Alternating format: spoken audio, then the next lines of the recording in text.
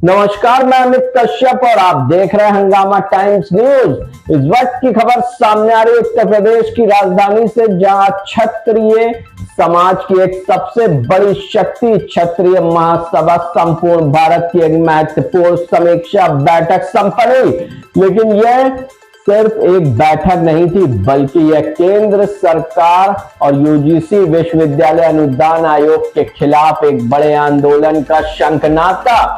समीक्षा बैठक में दिग्गजों का लगा जमावड़ा। 22 फरवरी को आयोजित इस समीक्षा बैठक में संगठन की मजबूती और आगामी रणनीतियों पर गहन चर्चा की गई। बैठक की अध्यक्षता राष्ट्रीय अध्यक्ष ठाकुर जितेंद्र सिंह ने की।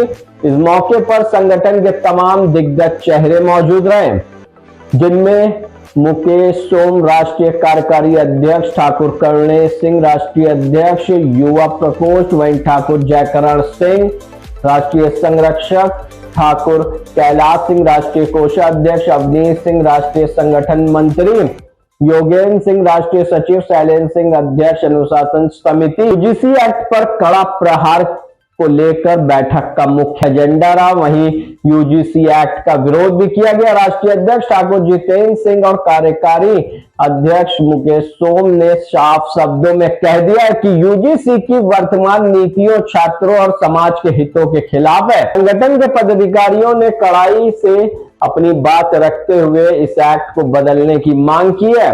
8 मार्च को दिल्ली में कूच करा जाएगा। वहीं ऐलान कर दिया क्षत्रिय महासभा संपूर्ण भारत ने अपनी लड़ाई को लेकर शंखनाद फूंक दिया। इस आंदोलन में क्षत्रिय समाज अपनी पूरी ताकत के साथ उतरेगा और सरकार को झुकने पर मजबूर कर देगा। उत्तर प्रदेश इकाई के पदाधिकारियों ने जोश को देखते हुए साफ लग रहा है कि 8 मार्च को यह प्रदर्शन देश की राजनीति में एक नई हलचल पैदा करेगा। अब देखना यह होगा कि दिल्ली कूच से पहले सरकार का क्या रुख रहता है।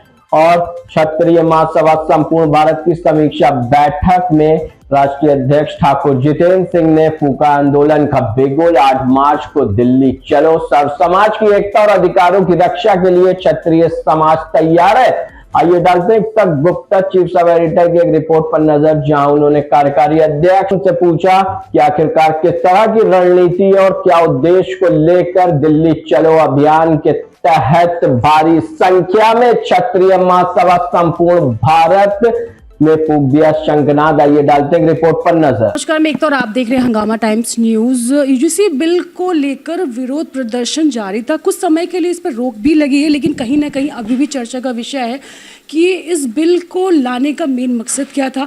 अगर आ भी गया है तो तुरंत हटाया क्यों नहीं गया। विरोध प्रदर्शन के दौरान कई बातें भी सामने आई। फर्जी मुकदमों की बारी आई, फर्जी चीज़ों को लेकर बात। आज हमारे साथ जैसे हमने बताया कि इसको लेकर एक बैठक हुई है। बैठक में बहुत सारे मुद्दों को सामने रखा गया है कि इससे क्या हानियाँ होंगी, क्या नुकसान है छात्रों के जीवन में, इसका क्या असर पड़ेगा। तो आज हमारे साथ खास मेहमान है, सर से जानेंगे। सर, यूजीसी बिल जब आपको पता चला कि लागू होने वाला है, अभी तो रोक लगा दी गई है, तो सबसे बड़ा सवाल जो था आपके दिमाग में, आपकी चर्चा के विषय में सबसे बड़ा जो सवाल था वो क्या आया कि अगर सरकार ये ले आएगी तो क्या हो जाएगा। सरकार ले आएगी क्या हो जाएगा। एक संगठन है क्षत्रिय महासभा संपूर्ण भारत के नाम से, पूरे देश भर में कार्य कर रहा है, अपने समाज के साथ भी कार्य कर रहा है, सब समाज को साथ लेकर काम कर रहा है। यूजीसी क्या लेकर होगा क्या नहीं होगा ये तो आने वाला समय बताएगा। फिलहाल उस पर सुप्रीम कोर्ट ने रोक लगाई है। मेरा मतलब कहने का ये है कि पहले भारत का सारा समाज, हिंदू समाज एक था जब कभी अखंड भारत था। उसके बाद में ये समाज धीरे धीरे एससी उसमें बट गया, एससी समाज अलग हो गया। एससी एक्सटी कानून कभी बना होगा, देश से आज़ाद हुआ। आज सर्व समाज उसमें आपने देखा होगा कि 90% मुकदमे झूठे लगते हैं, वहाँ से पैसा मिलता है, लोगों को फंसाया जाता है। ये सुप्रीम कोर्ट भी, हाई कोर्ट ने कितनी बार कहा है कि इस कानून का गलत उपयोग हो रहा है। उसी के रूप में उसका बड़ा रूप करके यूजीसी को लाया गया है। इसमें कमेटी के अंदर कौन लोग बैठे हैं, अंधे बैठे हैं, बहरे बैठे हैं, पता नहीं है।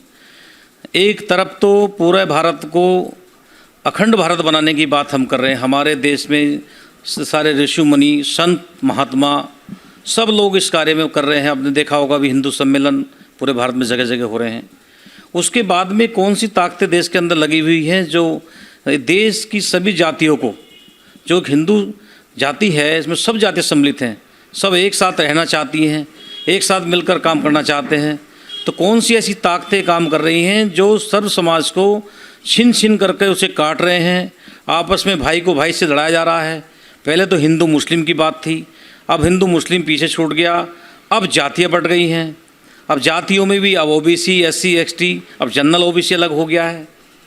तो ये चिंता का विषय कि देश किस दिशा में जा रहा है, इसके पीछे कौन सी ताकतें लगी हैं। क्या देश इस तरह से अखंड हो जाएगा? नहीं हो सकता। कोई भी एक जाति किसी पूरे देश का भला नहीं कर सकती। इस देश का भला तब होगा जब सारा सर्व समाज एक साथ खड़ा हो, एक साथ देश के बारे में सोचे, इसे आगे लेके जाए। हमारे तमाम ऋषि मुनियों ने उस देश के अंदर अपनी कुर्बानियाँ दी हैं और अभी भी आप देख रहे होगे कितने जगह जगह प्रदर्शन चल रहे हैं, कार्य चल रहे हैं। लेकिन मुझे विश्वास है सरकार की इसमें आँख खुलेगी और सरकार इसमें जांच कराएगी, इसमें संशोधन हो, इस पर रोक लगनी चाहिए ताकि मेन मकसद क्या लाने का, क्या लगता है आपको? जैसे कि नोटबंदी आई तो लगा ठीक है काला धन वापस आएगा। बहुत जब भी कोई ऐसा कानून लाते हैं उसके पीछे कोई ना कोई रीज़न रहता है, उसके बाद वो कानून आता है। लेकिन इसके पीछे क्या रीज़न, आपको क्या लगता है क्या मेन उद्देश्य है जिसके बाद ये कानून लाया जा रहा है या इसके बारे में बात हो रही है? तो आपको क्या लगता है सरकार क्या चाहती है? अब मैडम सरकार क्या चाह रही है तो सरकार के लोगों को पता होगा, लेकिन हमारा अपना ये मानना है कि कानून नहीं लगना चाहिए। नहीं तो किसी ने इसकी जाट समाज ने इसकी डिमांड करी है, न यादव समाज ने करी है, न गुज्जर समाज ने करी है, किसी अन्य जातियों ने करी है। कि सोच के ये लाया जा रहा है, इसमें क्या इसमें सरकार का भला मुझे तो लगता नहीं होने वाला हो, सिवा नुकसान के। जो सरकार का कैडर वोट बैंक है, सभी लोग देते हैं वोट, लेकिन ये जो स्वर्ण समाज है ये 90% वोट हमारी मतलब इसी पार्टी को करता है, भाजपा के लिए करता है। उसके बाद में सरकार का इसमें क्या लाभ होगा, मुझे तो लग रहा है नुकसान के अलावा इसमें कुछ होने वाला नहीं है। और एक युवाओं में एक भय का माहौल पैदा होगा। एक ही बच्चे एक ही कॉलेज में पढ़ते हैं, एक ही हॉस्टल में रहते हैं, वो क्या जात देख के दोस्ती करेंगे, जात देख के बातें करेंगे, क्या ये मैसेज आएगा देश के लिए। लेकिन मेरा ये विरोध है कि ये गलती में लिया गया, जल्दबाजी में लिया गया निर्णय है। इस पर पुनः विचार करके इसे वापस किया जाना चाहिए, इससे देश में शांति का माहौल कायम रह सके। वापस नहीं होता है तो वापस नहीं होता तो जितना भी स्वर्ण समाज है या स्वर्ण समाज के साथ बहुत से ओबीसी वर्ग के लोग भी ऐसे हैं, बीसी वर्ग के लोग ऐसे हैं जो इसको नहीं चाहते, क्योंकि ये देश के लिए खतरा है। तो वो लोग बड़ा सम्मेलन करेंगे, हम लोग सब मिलकर ये सब बातचीत चल रही है। दिल्ली में अभी 8 तारीख को भी एक बड़ा सम्मेलन होने जा रहा है जिसमें तमाम संगठन साथ काम कर रहे हैं, सरकार को विरोध जताएंगे। और जब तक ये वापस नहीं हो जाता है तब तक सब लोग सड़कों पर उतरकर इसका विरोध करते रहेंगे।